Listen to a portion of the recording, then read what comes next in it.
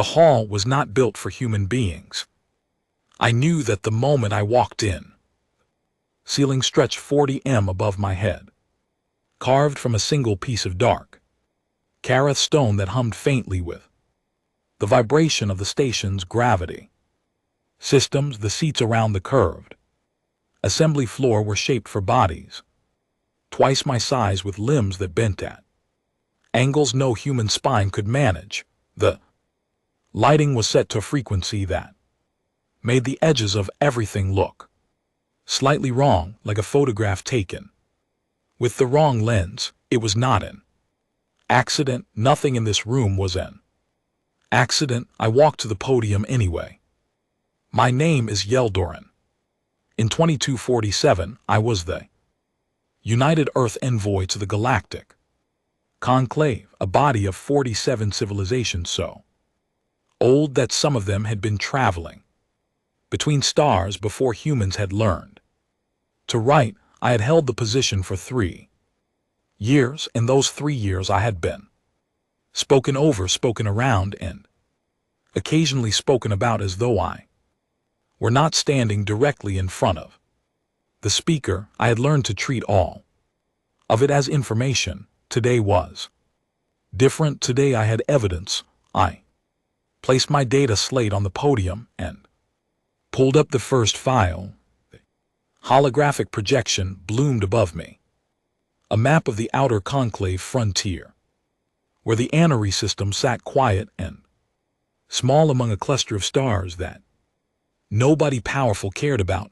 Red markers dotted the map, 17 of them. Each one represented a territorial boundary marker that had been moved, removed, or simply destroyed over the past 14 months. Each one was in the same direction. All of them pointed toward the Veth. The Veth were not present in the chamber. They never attended sessions directly. Instead, a single Veth head observer occupied a sealed glass enclosure on the far right of the assembly floor, a crystalline structure, roughly the shape of a human torso, containing shifting geometric patterns of light that served as its face. It had no eyes as far as anyone could tell. It watched everything anyway. I began speaking. Distinguished members of the conclave, I said. My voice was calm.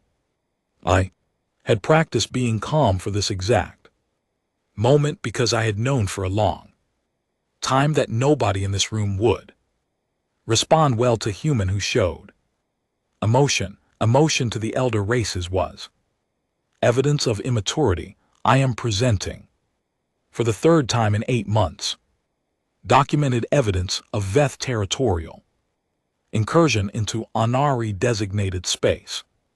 This evidence includes sensor logs, boundary station records, and testimony from 4 Anari outpost personnel who observed Veth crystalline growth structures and advancing across the Anari moon designated ORS-7.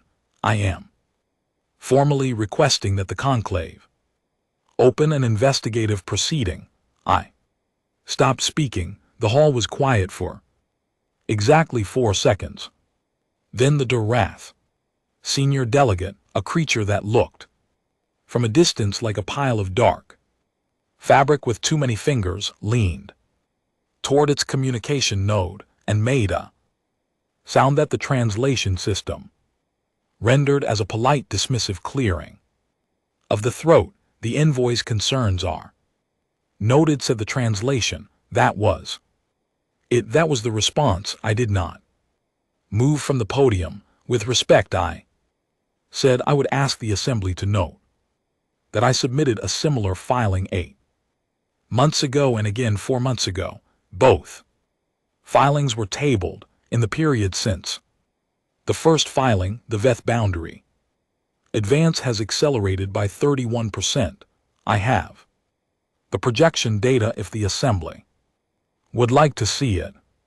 The Durath delegates' fabric layers shifted in a way that the translation system could not process, but that I had learned to read as mild irritation. Beside it, the Mahin representative, a tall, pale silver organism that breathed through openings along its neck, turned slightly away from me, the chorus collective occupying 3 adjacent seats with their linked mind forms, did not move at all. They never moved during human presentations. I had stopped taking it personally after the first year. The envoy has been heard, said the Darath delegate. The Anari have been filing the same warnings for 2 years. I said I kept my voice level. I would ask the assembly to confirm whether those filings were reviewed. A pause longer. This time, the conclave processes all formal submissions in accordance with established procedure. I understand. My question was whether they were reviewed. Another pause. The Veth observers' internal light patterns shifted briefly, then settled. Something about that small movement made the back of my neck feel cold. The Mahin representative spoke for the first time in its native frequency, a sound like wind through long pipe, which the translation system converted with a slight delay. Earth's membership in the conclave spans 11 years. The procedures of this body span 11,000. We would counsel patients trust in those procedures. Patients trust in procedures. I looked at the red markers on the map above me. 17 boundary violations. One small civilization being eaten alive slowly in a corner of the galaxy that nobody powerful wanted to look at, and the oldest, most powerful interstellar body in known space was asking me to be patient. I saved the data. I closed the projection. I picked up my slate. The envoy thanks the assembly for its time. I said because those were the words I was supposed to say, and I said them in the correct tone with the correct pause before stepping back from the podium. I had learned very early that the way to be heard in this room was to never give them a reason to dismiss you on form.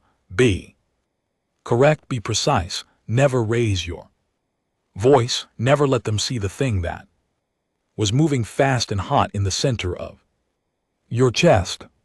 I walked back to the human delegation's small cluster of seats near the outer edge of the floor. My aide, a young man named Colin Price, leaned toward me as I sat. He had been with me for 2 years. He was 26 years old and still believed, with a kind of stubborn warmth, that the conclave could be reasoned with. They tabled it again, he said very quietly. They did not even table it, I said. They noted it. Colin was quiet for a moment. Then he said, "What is the difference? Tabling it implies they intend to return to it." I said, "Noting it means they wrote it down somewhere and moved on." He absorbed that.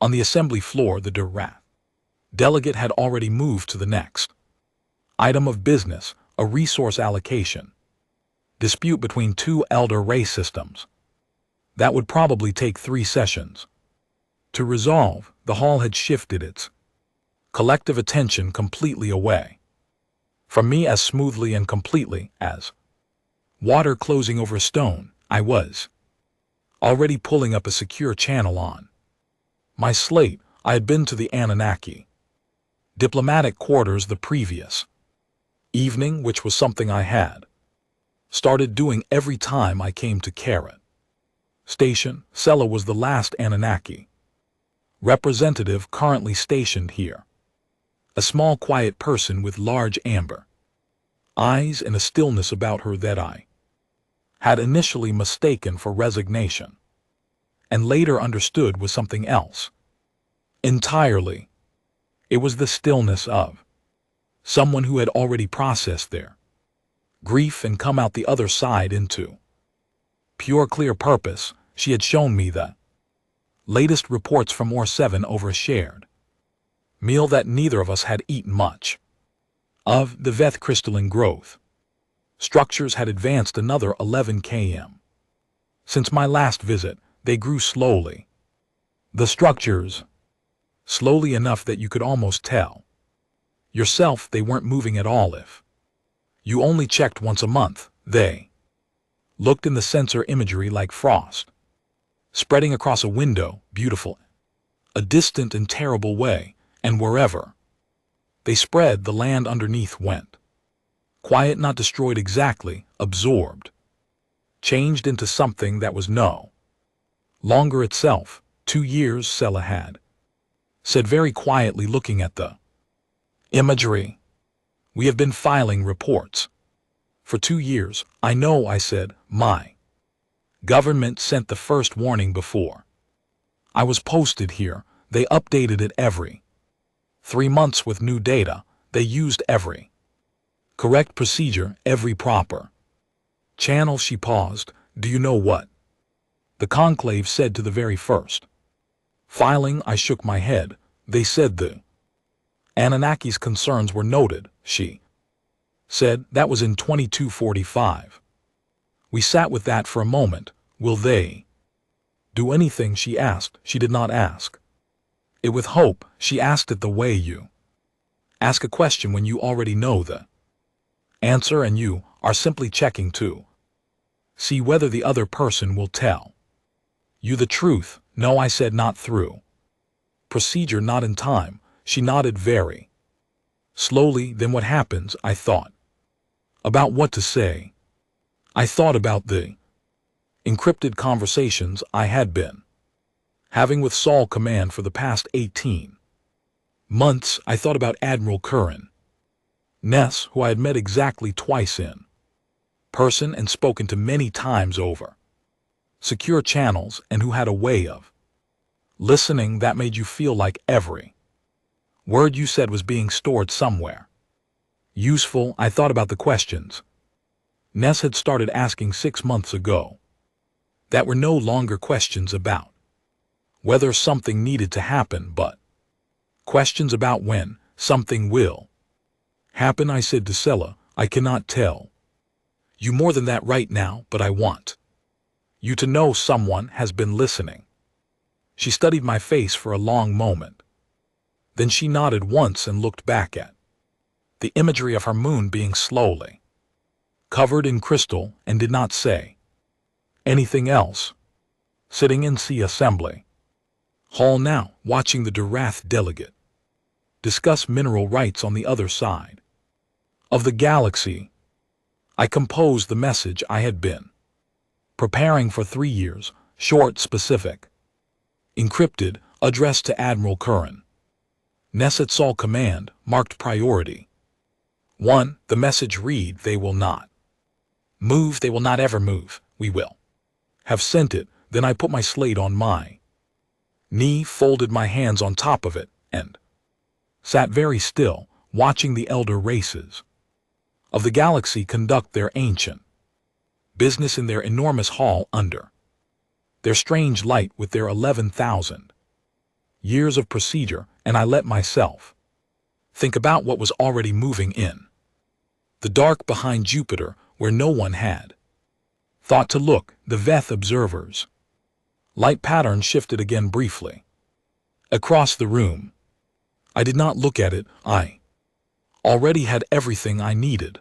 The message arrived at Sol Command at 3:14 hours station time. Admiral Curran Ness was already awake. She had stopped sleeping more than 4 hours at a stretch about 2 years ago, not from any medical condition, but because there was always something that needed her attention in the hours when most people were not watching. She was sitting at her desk, the System Operations Center, buried 3 levels below the surface of Callisto Base, with a cup of coffee cooling at her elbow and a tactical overlay of the outer frontier filling the wall screen in front of her. She read Yale's message twice.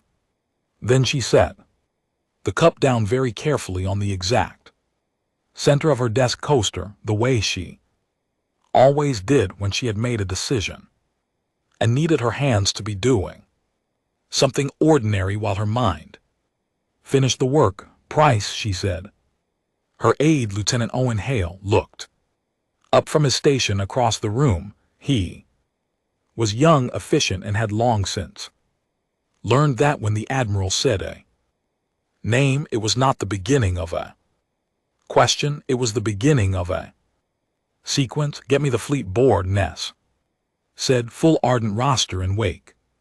Commander Reyes, tell her I need her in the briefing room in 20 minutes. Yes. Admiral. Ness stood up and walked to the wall screen. She pressed her hand against the lower edge of the overlay and dragged it left, pulling the view from the frontier markers to the space behind Jupiter, a sector that appeared on any standard conclave sensor sweep as empty deep system drift, debris fields, old survey buoys, nothing worth watching. She knew exactly what was there. Building the Ardent fleet had taken 9 years, 4 months, and the kind of sustained national commitment that humanity had not managed since the early days of the International Space Compact. It had required every major Earth government to agree to fund a project they could tell almost no one about, to build ships they could not publicly register, staffed by volunteers who signed agreements that did not officially exist. It had required Curran Ness specifically to spend 9 years of her for managing a secret so large that it had its own dedicated cover program, its own false sensor data, its own paper trail of mundane deep system research that would bore any analyst into moving on. The reason it had worked was simple, and it was the same reason that had driven the entire project from its first planning session. Nobody expected it of humanity. The elder races of the conclave had looked at Earth, young, loud, historically violent, newly admitted to the galactic community, and made a series of assumptions so complete and so confident that they had never thought to question them. Humans were aggressive but disorganized. Humans were clever but impulsive.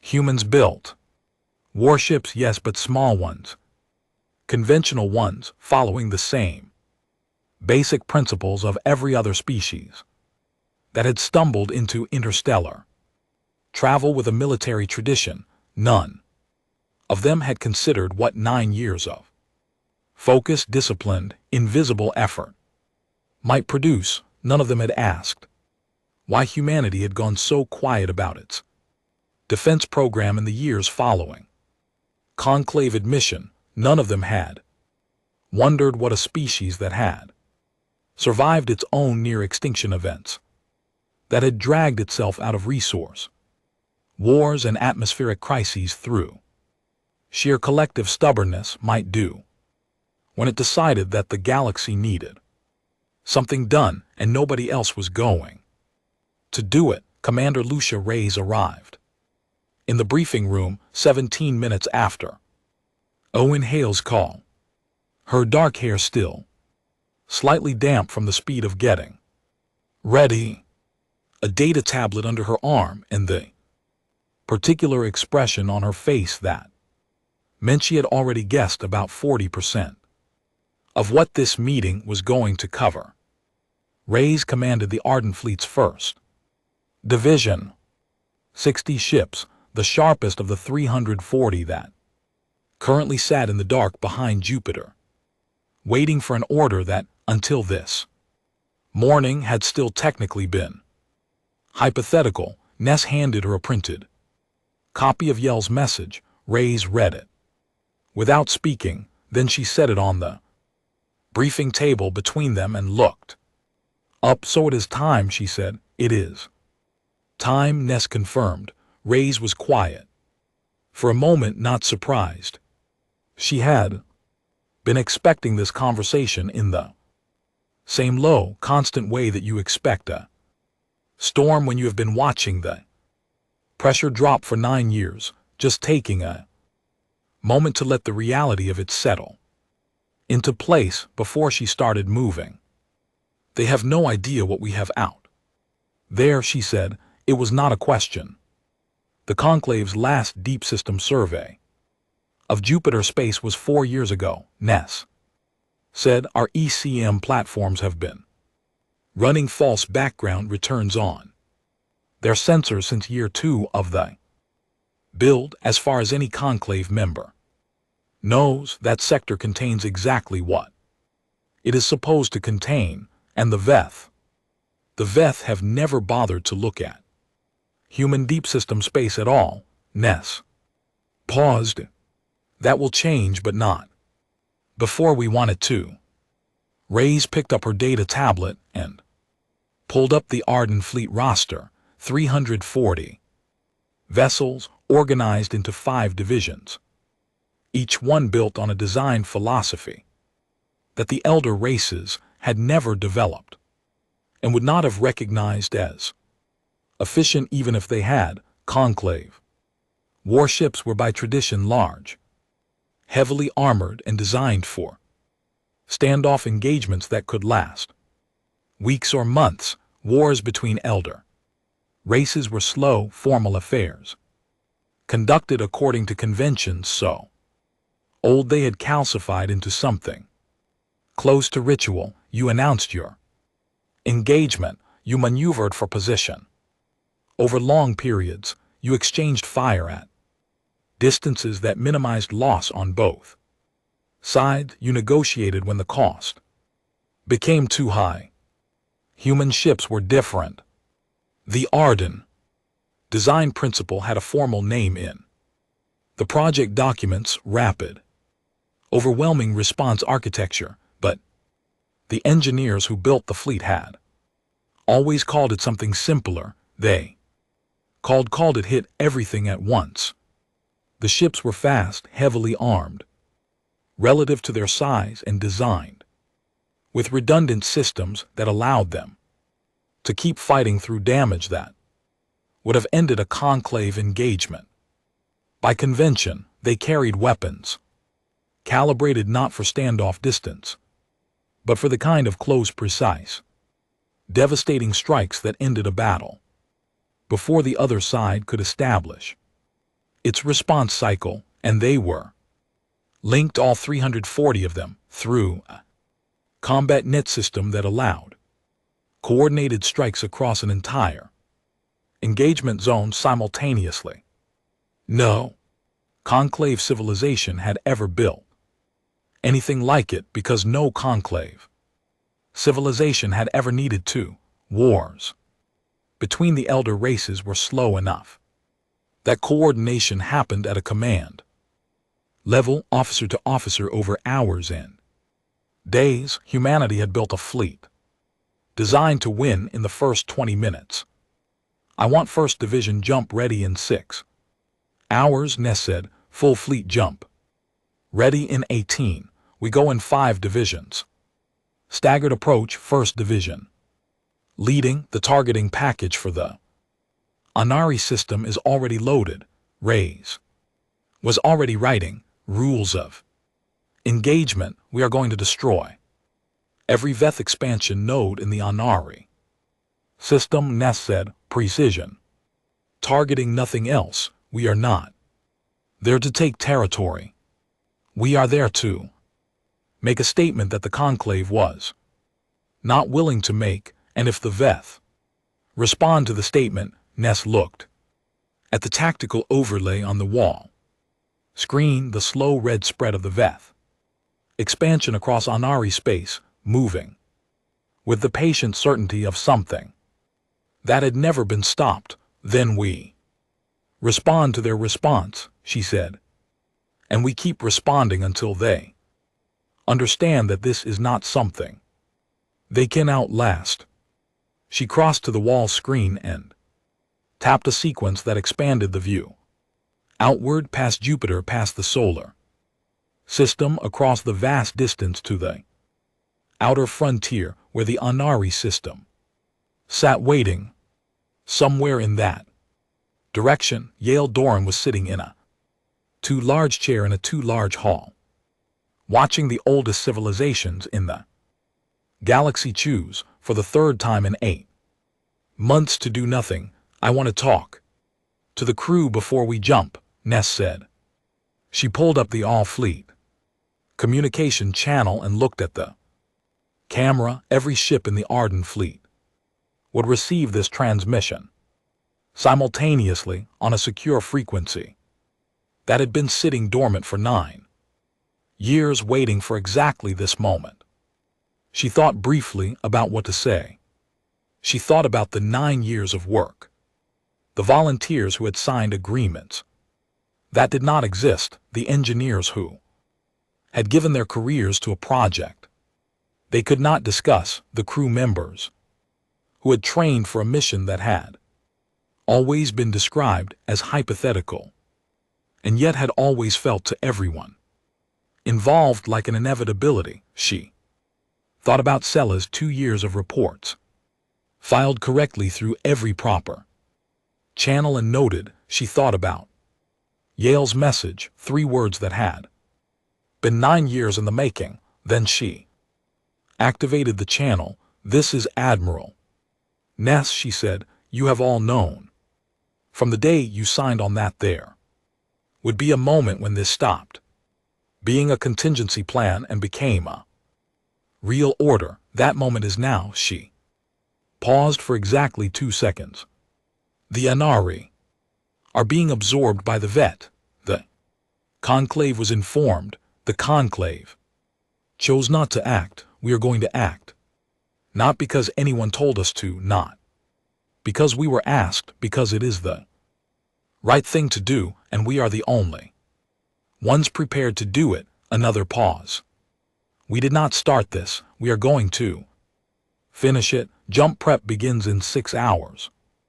Ness out. She cut the channel. Owen Hale was standing in the doorway. He had a look on his face that she recognized.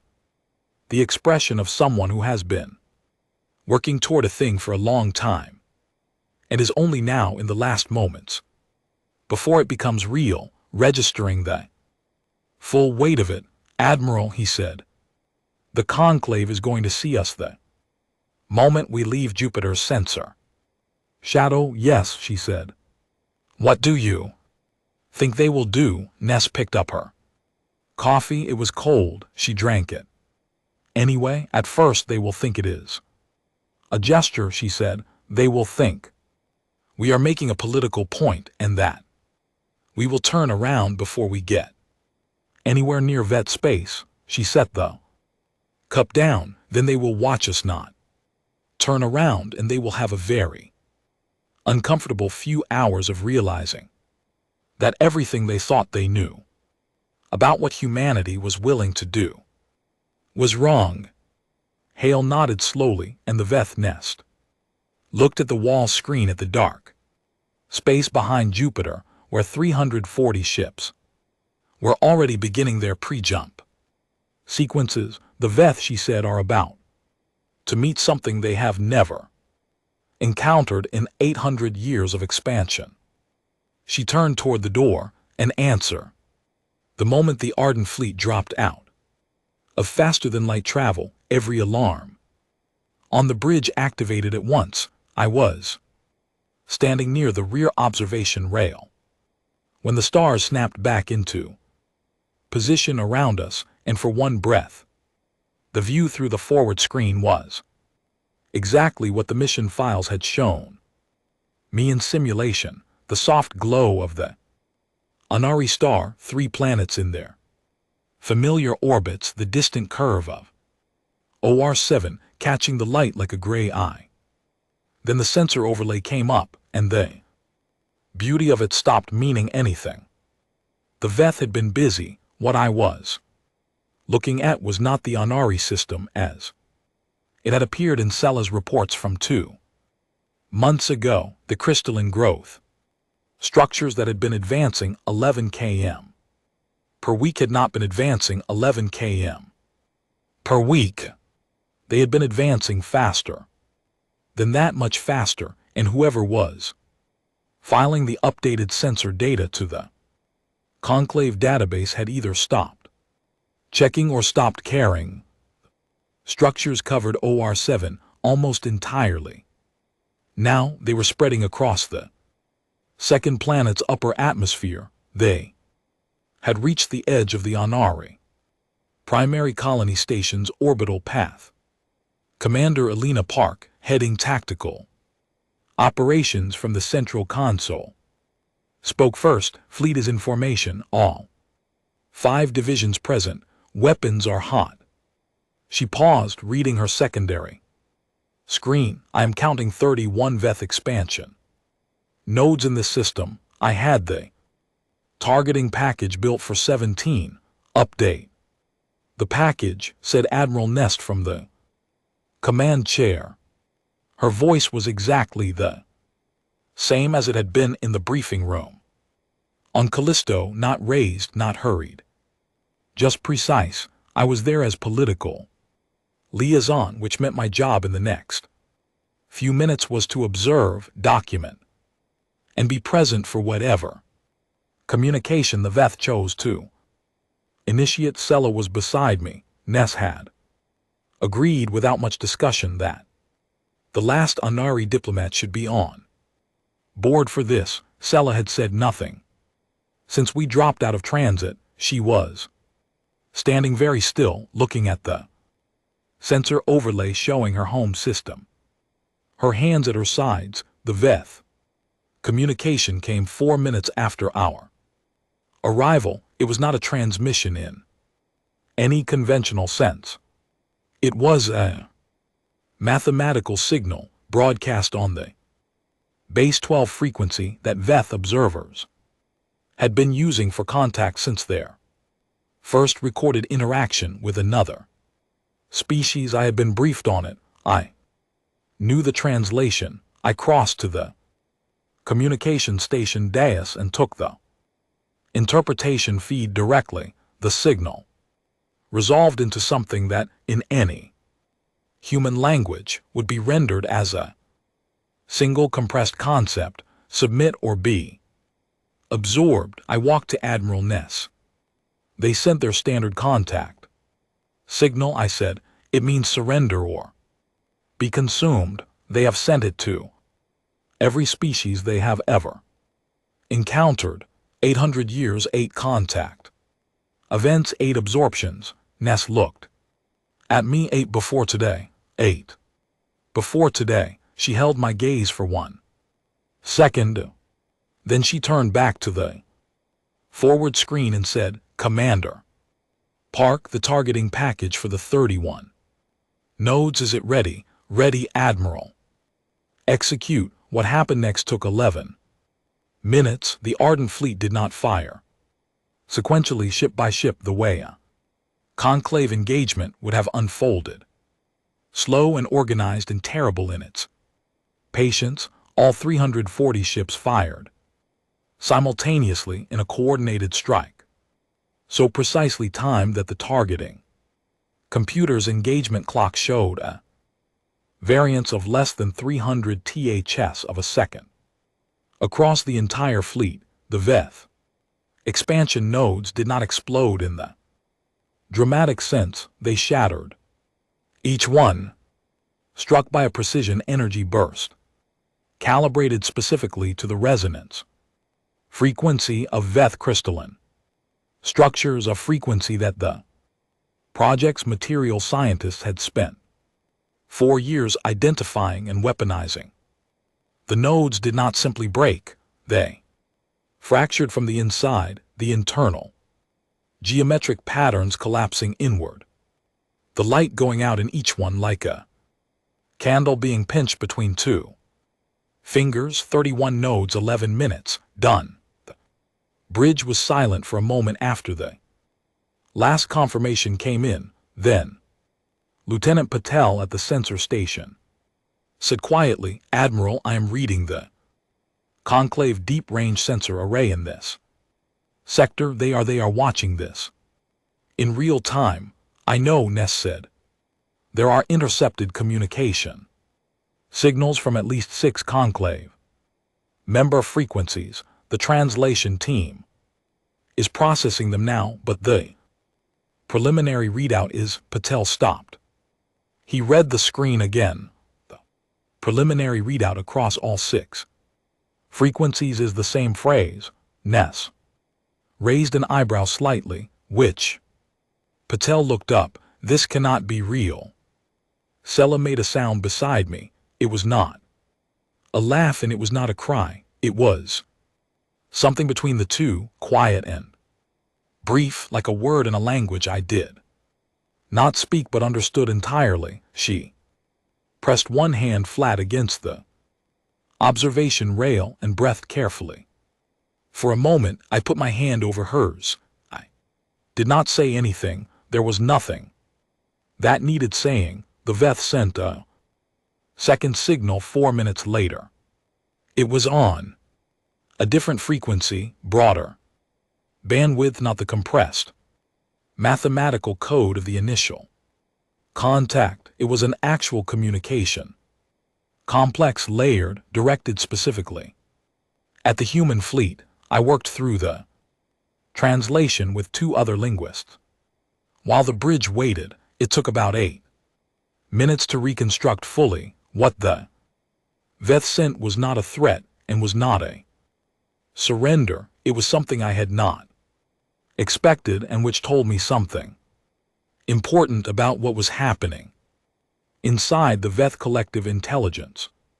Right now, it was a question rendered as cleanly as our translation tools allowed. The Veth had asked, "What are you?" I brought the translation to Admiral Ness. She read it. She was quiet for a moment, then something moved at the corner of her mouth. Not quite a smile, but the shape of one. What did they send to every other species they absorbed? She asked. The initial signal, I said. Submit or be absorbed, then nothing because every other species complied. So this is the first time they have ever had to ask a follow-up question. Ness said, "Yes." She looked at the translation again. "What are you?" she repeated softly. Then she handed it back to me. "Do not answer them yet. Let them sit with the question for a while." She stood up from the command chair and walked toward the forward screen where the Anari system spread out before us, still partly covered in crystal, still showing the damage of 2 years of unchecked expansion, but with 31 fewer growth nodes than it had 20 minutes ago. The difference was already visible on the sensor overlay, like pulling nails from a piece of wood. "Commander Parks," she said, "begin preparation for the secondary strike package. I want the growth structures on OR7's northern hemisphere prioritized, if we can.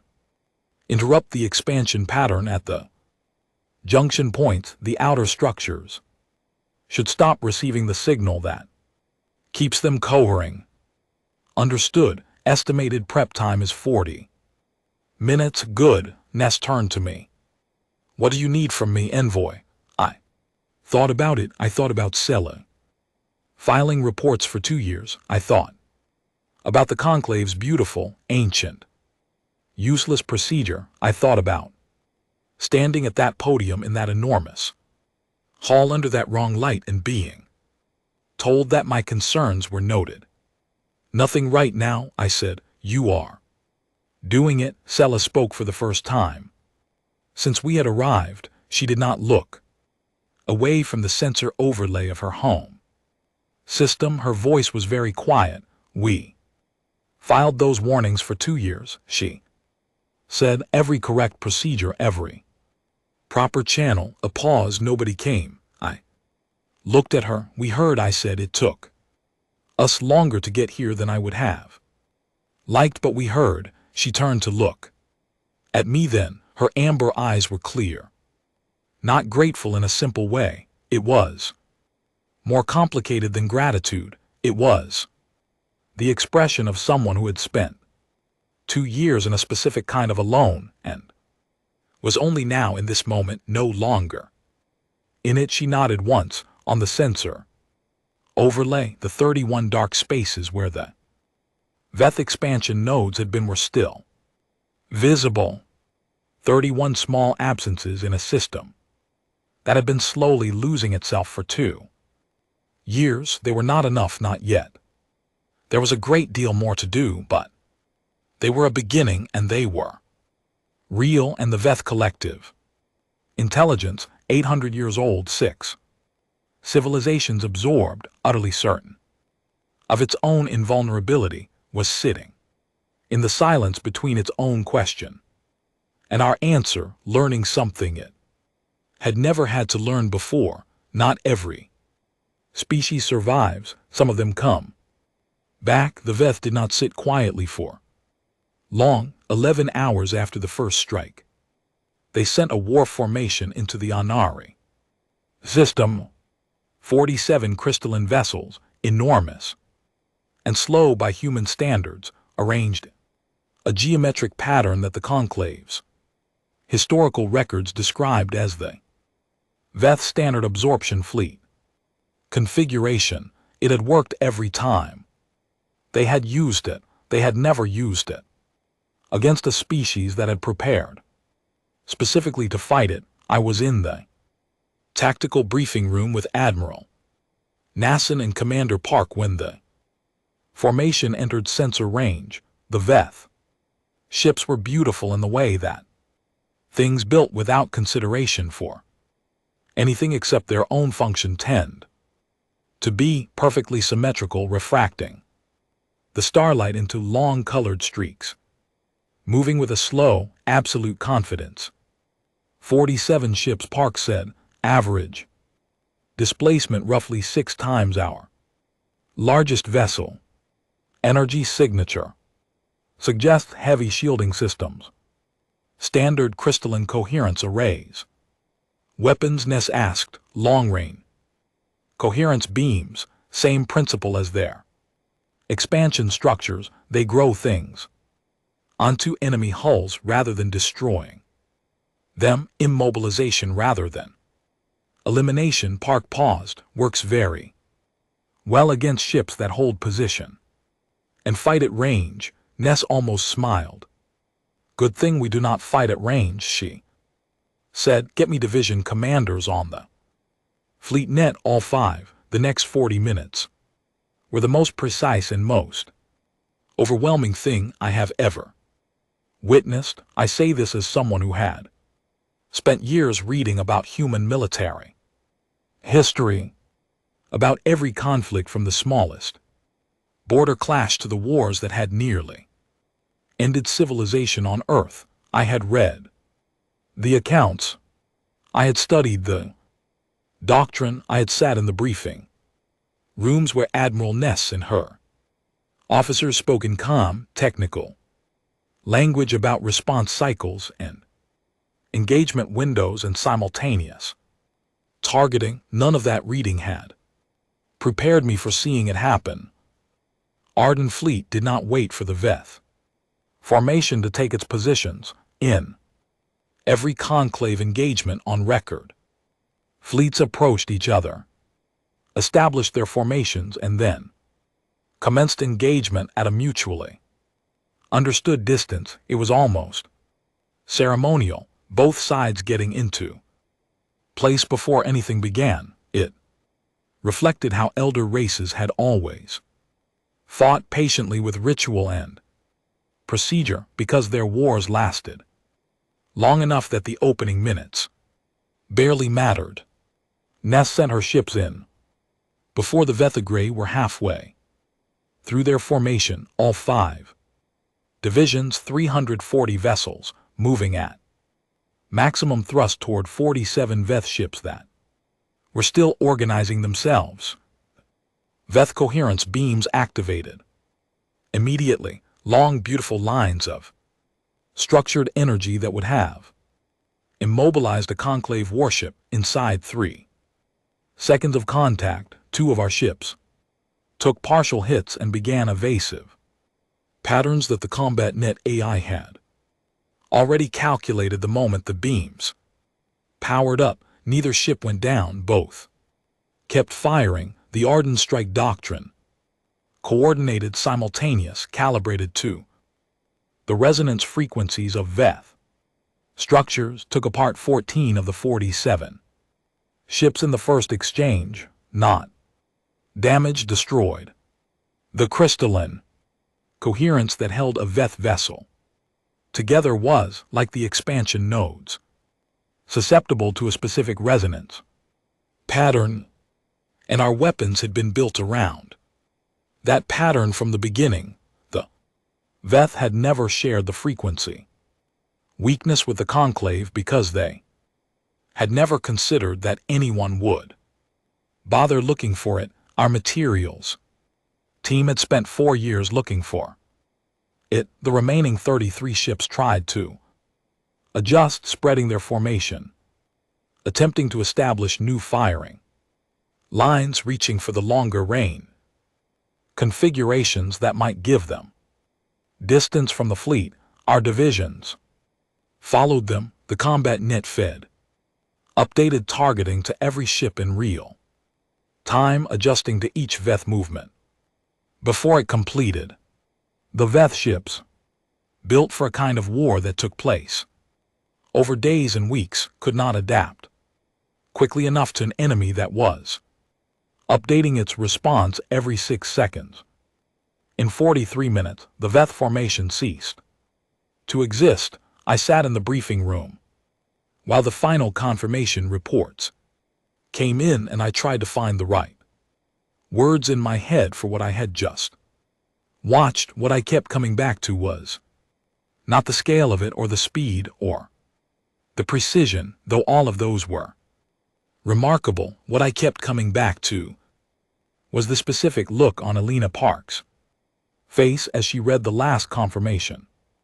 Not triumph, not relief, but the particular focused calm of someone who has been working toward a specific result for a long time and has finally produced it. They knew they would win.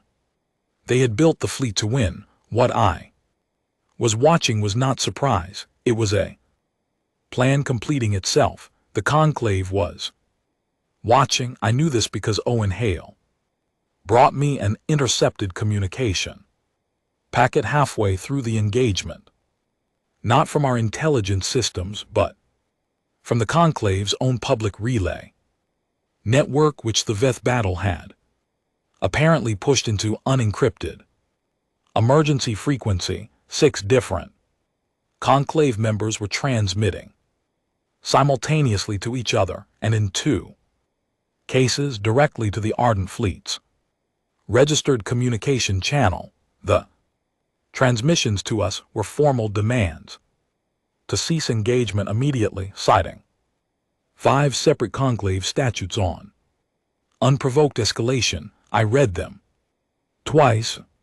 Then I wrote a response on behalf of the Earth Diplomatic Corps, composed it in the correct formal register, and sent it on every open conclave frequency. It said, "You were provided with documented evidence of Veth territorial incursion and absorption activity on 3 separate occasions. Over 8 months, all 3 submissions were either tabled or noted without action. The Anari system has been under active absorption for over 2 years. Earth has acted where the Conclave chose not to. We are open to discussing the parameters of this action once the immediate threat to the Anari system has been neutralized. Until that time, we respectfully declined to stop." I sent. It sat back and waited to see which direction the Conclave's response would blow. The weeks that followed were the most exhausting of my life, and the most clarifying. The Veth sent 3 more formations into Anari space over the next 12 weeks. Each one was larger than the last, as though they were discovering for the first time the concept of escalation, of the fact that an enemy might hit back harder than expected and require a greater commitment of force. It was disorienting to watch. In a way, the Veth had absorbed 6 civilizations over 800 years. They had developed every strategy for overwhelming, surrounding, outlasting a defending species, but they had never developed a strategy for responding to an opponent who kept coming at them faster than they could regroup, because no opponent had ever done that before. We lost 34 ships over those 12 weeks. I will not reduce that number to a statistic. 34 ships meant something between 800 and 1,200 people, depending on the vessel class, and every name went into the official record and was read aloud at a memorial that Ness held on the Fleetnet every Sunday, which she never skipped regardless of what else was happening. She read every name herself. She said once when I asked her about it that she had known this was the price and had made the choice anyway, and the least she could do was make sure the price was never abstract. We kept moving. The Veth in the 8th week sent a formal negotiation request. It came through a channel they had apparently set up specifically to communicate with human vessels. A new frequency, a new protocol, which was itself remarkable because it meant they had built something new in response to us. They had adapted their communication systems. What they had not adapted yet was their fundamental assumption. The offer they sent was gracious by Veth standards. They would cease expansion in the Anari system. They would acknowledge a human-defined boundary in the outer frontier. They would agree to formal diplomatic contact with Earth's government. In exchange, the Ardent Fleet would withdraw from Veth space immediately. There was one other element to the offer, buried in the 4th layer of the message, stated almost as an afterthought, was the additional condition. Earth would acknowledge the 6 previously absorbed civilizations as legitimately integrated into the Veth collective. I brought the full translation to Admiral Ness. She read it carefully all the way through. Then she set it down. They want us to agree that what they did to those 6 civilizations was acceptable. She said that is the functional meaning of the condition. Yes, Ness was quiet for a moment. In the 9 months I had known her, I had learned that her silences were not empty. They were the sound of a very precise mind working through something completely before speaking. The 6 absorbed species, she said. What do we know about them? From the conclave's historical records, they ranged in size from small colony civilizations to mid-scale interstellar societies. The largest had a population of about 4 billion at the time of absorption. They are listed in the conclave database as extinct. I paused. The records were filed by the Veth. Ness looked at me. Of course they were, she said. There is also the question of the Anari, I said. The offer does not include any provision for restoration of Anari space. It only commits to ceasing further expansion. What has already been absorbed they intend to keep. Ness picked up the message and folded it once and set it back down. Draft a response, she said. Tell them that Earth declines the offer. Tell them we are prepared to discuss genuine settlement when they have demonstrated a full withdrawal from all Anari territory, including currently held structures. Tell them that the condition regarding the 6 absorbed species is not a starting point for negotiation. It is a disqualifying condition. I nodded. I had expected this answer, which was not the same as being relieved by it. Declining the offer meant the war continued. The war continuing meant more losses, more names. Read aloud on Sundays. I will draft it. I said Yale. Ness used my first name, which she almost never did in a professional context. I looked at her. You agree with this? I thought about Sella's amber eyes. I thought about 2 years of correctly filed reports and the word noted. I thought about 6 civilizations that existed now only records written by the thing that had consumed them. Yes, I said completely. The response went out that afternoon. 3 days later, our deep intelligence team located the Veth Hive core. It was not, as the conclave's extremely limited records on the Veth had suggested, a single fixed location. The Hive core was a distributed intelligence system, a network of primary coherence nodes, spread across 7 locations in Veth central space, linked by quantum entangled crystal lattices that maintained the coherence of the collective consciousness across interstellar distances. Destroying any one node would damage the network. Destroying all 7 simultaneously within a window of less than 4 seconds would collapse the entire structure.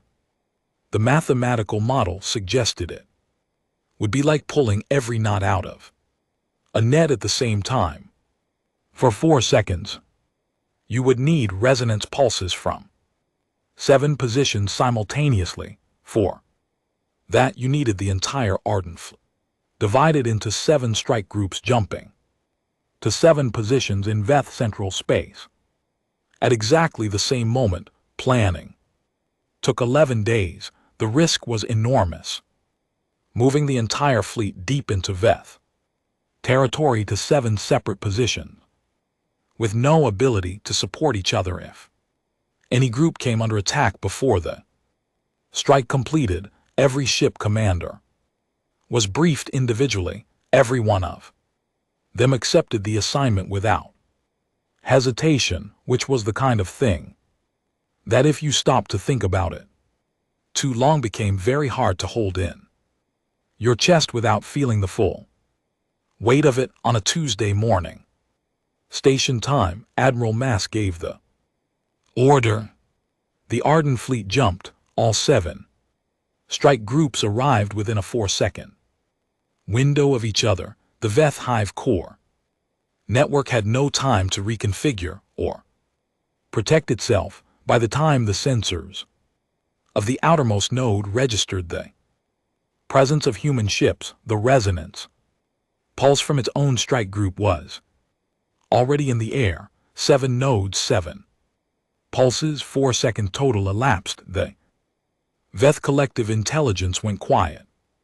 Not dead. The individual crystalline organisms that made up Veth society were not destroyed, but the coherence that connected them, the collective mind that had existed for 800 years and had absorbed 6 civilizations with patient certainty, ceased to function like a network with all its servers with pulled at once.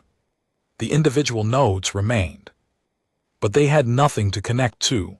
The intelligence that had directed the expansion filed the absorption records, sent the absorption fleets, asked, "What are you in the dark of the Amory system?" That intelligence as a coherent thing simply stopped on the bridge of the lead ship. In the silence after the confirmation reports came in, nobody spoke for a long time. Sela was there.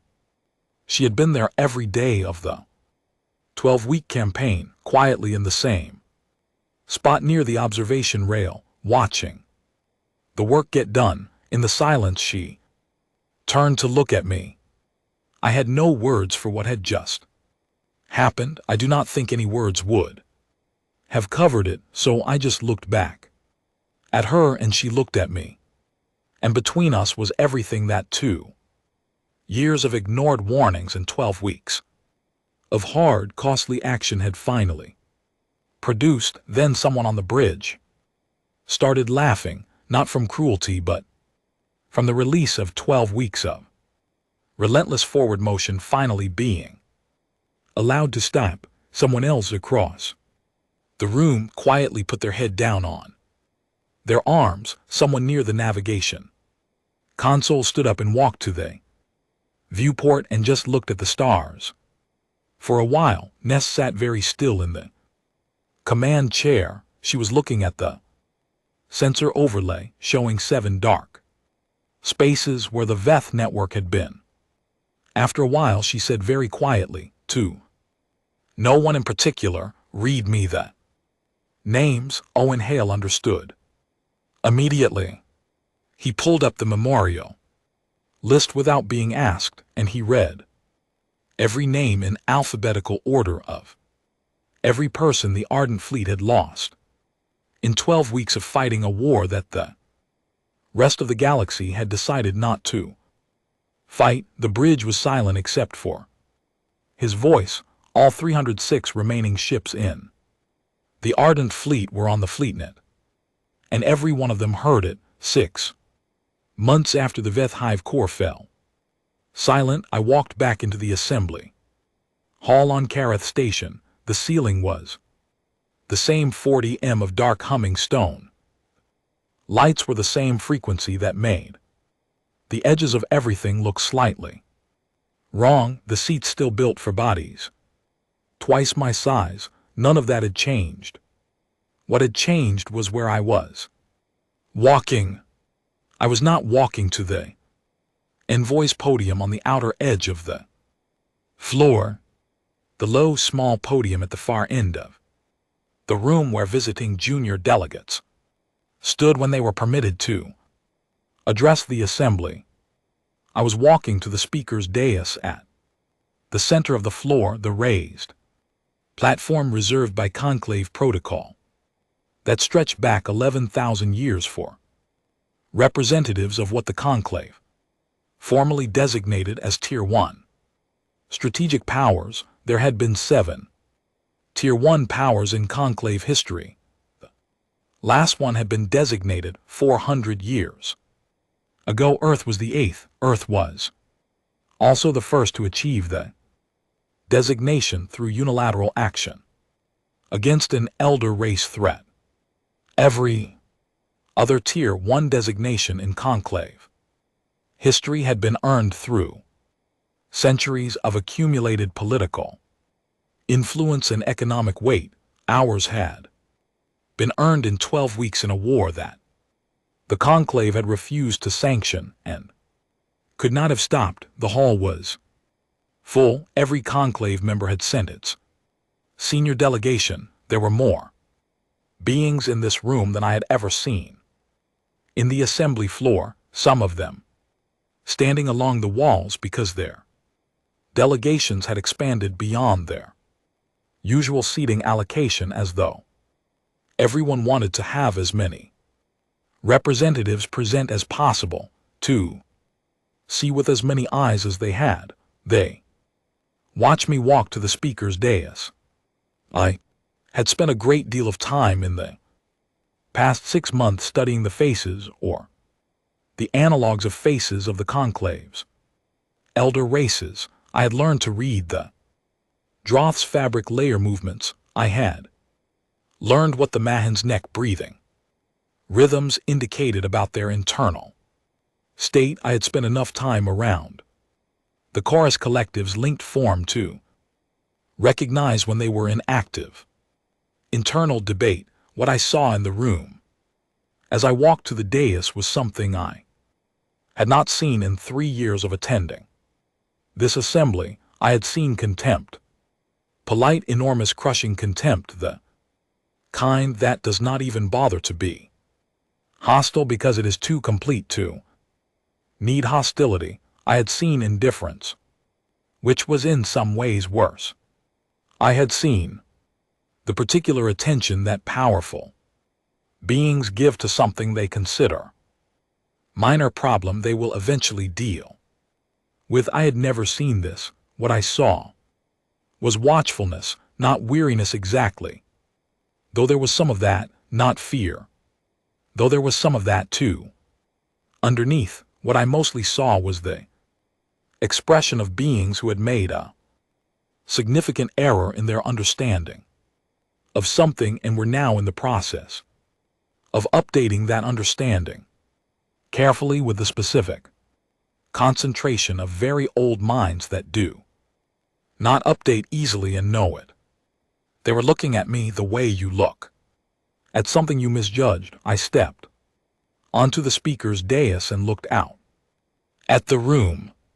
The conclave's chief protocol officer, a human administrator, named something that took 4 breath cycles to pronounce correctly, whom I had always addressed as administrator. Vel announced my title and designation.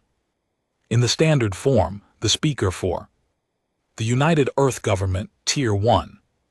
Strategic power recognized by the Galactic Conclave in the 42nd year of Earth's membership. Then the room was quiet and it was my turn to speak. I had written and rewritten this address 11 times in 6 months. The first version was angry. It said everything I had wanted to say from the podium 3 years ago, with none of the careful diplomatic containment. I had thrown it away after 2 days, not because anger was wrong, but because anger was not what this moment needed. This moment needed something colder and more lasting than anger. It needed clarity. I spoke for 14 minutes. I did not use notes. I had learned the words well enough that they were mine. Now, not a draft. I told the assembly what the Veth had done and what the conclave's response to it had been. I used specific dates, specific filing numbers, specific session records. I named every member civilization that had voted to table or ignore the Anari warnings. I stated plainly that Earth had acted because the conclave had failed to act, and that we had done so at a cost that the conclave was going to formally acknowledge. I told them about the 34 ships. I told them the number of people. I did not describe the battles.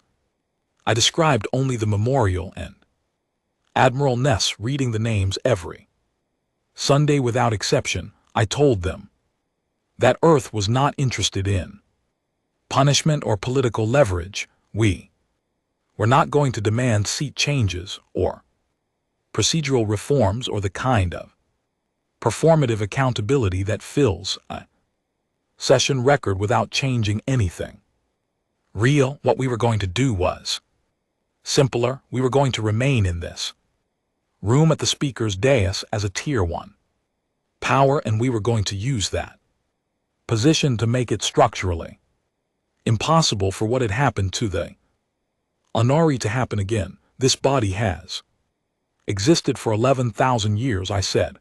In that time, 6 civilizations were absorbed by a single expanding intelligence, and this body's response on every occasion was to note their concerns. I am not here to replace your procedures. I am here because the galaxy has seen what happens when the procedures are used as a reason to do nothing, and it cannot unsee that. Neither can we. I paused. The Anari filed their first warning in 2245. I filed my first petition to this assembly in 2247. The first Ardent Fleet vessel departed Sol system in 2247. We were listening when nobody else was, because we had already decided that listening was not enough, that at some point when the warnings are real and the evidence is clear and the procedures have been exhausted, the only meaningful response is action.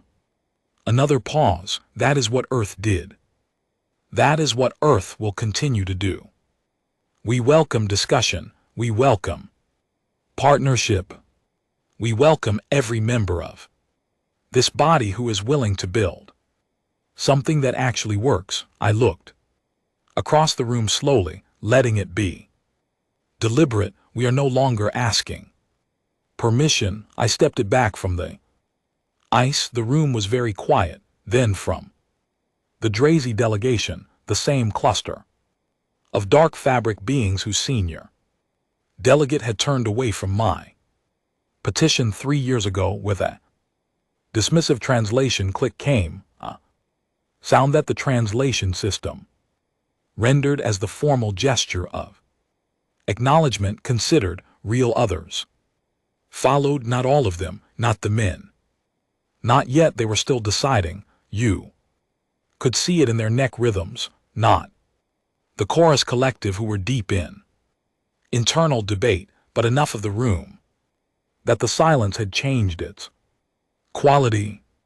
After the session closed, I found Sela waiting near the outer corridor. She had watched from the visitor gallery. She was not yet seated in a full delegation position, though that process was underway, because restoring the Anari diplomatic standing was one of the first things the new joint working group had committed to. She was wearing her formal robes, the deep blue ones that I had only seen her wear twice before, and she looked for the first time since I had known her like someone who was standing in the present rather than carrying the weight of the past 2 years like a stone she could not put down. You said you could not tell me more than something will happen, she said. I could not. I said not then, but you knew. I knew that Admiral Ness was not the kind of person to build 340 ships and leave them parked behind Jupiter, I said, and I knew that she had been waiting for my message for a very long time. Sela was quiet for a moment. The corridor around us was busy. Delegates and aides and administrators moving in every direction, the quiet machinery of conclave diplomacy continuing its ancient work. What happens to my world? She asked. What happens to OR7? The restoration project begins next month, I said. Funding confirmed from 12 member states. Death crystalline structures without the hive core to maintain their coherent signal are already beginning to dissolve. The process will take about 3 years. OR7 should be habitable again within 5. She breathed in slowly. 5 years, she said. I know it is a long time. It is the shortest possible time, she said. 2 months ago, we did not know if it would happen at all. I did not have an answer for that. Because she was right, she extended her hand in the human gesture she had adopted over 2 years of working beside Earth's diplomatic mission. I shook it. Her grip was firm and brief, and she held eye contact for the full length of it, which I had come to understand was the Anari form of the gesture. The hand was for the other person's culture. The gaze was for hers. Thank you, envoy, she said. Yao, I told her, we had been through enough that my title felt wrong between us. She smiled briefly and then turned and walked back toward the visitor gallery exit, and I watched her go. Later that evening, I sat alone in the human delegation's chamber, our new chamber, the large one, the one that conclave protocol now required to be the most prominent on the station, because that was what the designation meant. It was still strange to sit in a room this size and know it was ours. I expected at some point the strangeness would pass. I opened a new file on my slate. There were other things I had been watching. Not the Veth, they were not gone exactly, but the collective intelligence that had driven the expansion was gone, and what remained was fragmentary and disorganized and would be our analysts, believed incapable of coordinated action for a long time, know the things I had been watching were elsewhere in the galaxy. Small signals, quiet patterns, the kind of early data that looks like nothing until you know what nothing looks like right before it becomes something. I had been watching them for 8 months. I had flagged them in my personal files 3 times. I had not yet brought them to the conclave because the evidence was not yet at the level where I could formally submit it. I remembered what that had felt like last time. I remembered sitting in a too large room making formally correct submissions and being told politely that my concerns were noted. This time, when the evidence was ready, I would not be standing at the outer podium. I would be standing at the speaker's dais with the full designation of a Tier 1 power behind every word, and the ardent fleet, what remained of it and what we were already quietly rebuilding, waiting. The dark behind Jupiter. I began writing. The warning this time would be different because this time the galaxy had learned at significant cost, in the most direct way possible, that when humanity files a warning, the correct response is not to note it. The correct response is to listen.